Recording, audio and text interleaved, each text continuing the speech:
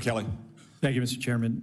Colonel Gabbard, when Russia was denying Assad's use of chemical weapons, they accused the U.S. of supporting terrorists.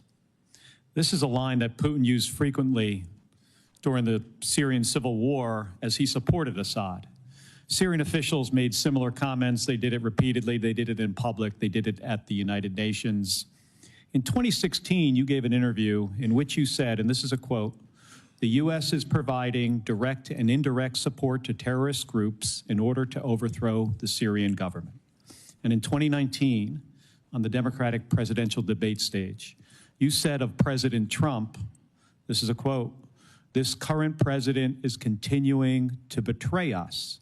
We were supposed to be going after al-Qaeda, but over years now, not only have we not gone after al-Qaeda, our president is supporting al-Qaeda."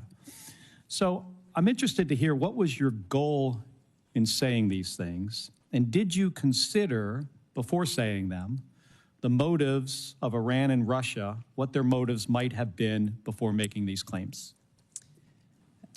Senator, as someone who enlisted in the military specifically because of al-Qaeda's terrorist attack on 9/11 and committing myself and my life to doing what I could to defeat these terrorists, it was shocking and a betrayal to me and every person who was killed on 9/11, their families and my brothers and sisters in uniform.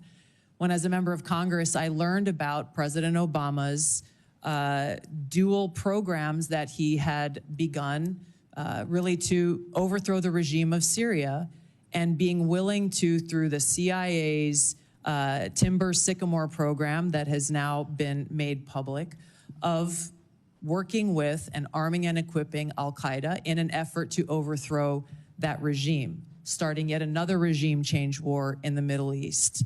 DoD Train and Equip program, again, begun under President Obama, is widely been known, looked at, and studied, that ultimately resulted in over $500 million being used to train who they called moderate rebels, but were actually fighters working with and aligned with al-Qaeda's affiliate on the ground in Syria, all to move forward with their regime change and not acknowledging what was obvious at the time and what has unfortunately borne true, which was that a regime change war in Syria, much like the regime change wars in Iraq, the toppling of Gaddafi and Mubarak, while these are all dictators, would likely result in the rise of Islamist extremists like al-Qaeda taking power.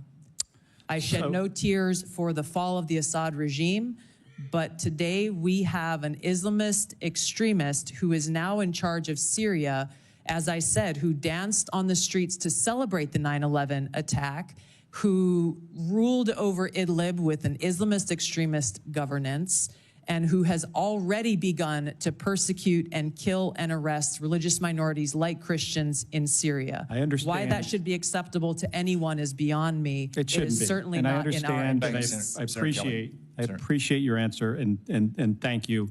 My concern has to do with the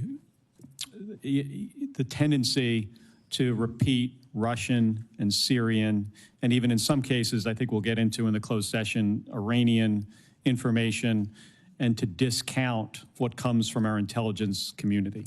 Senator, every American deserves to know that people in our own government were providing support to our sworn enemy, al-Qaeda. That should not be acceptable by anyone. Thank you, Senator Kelly.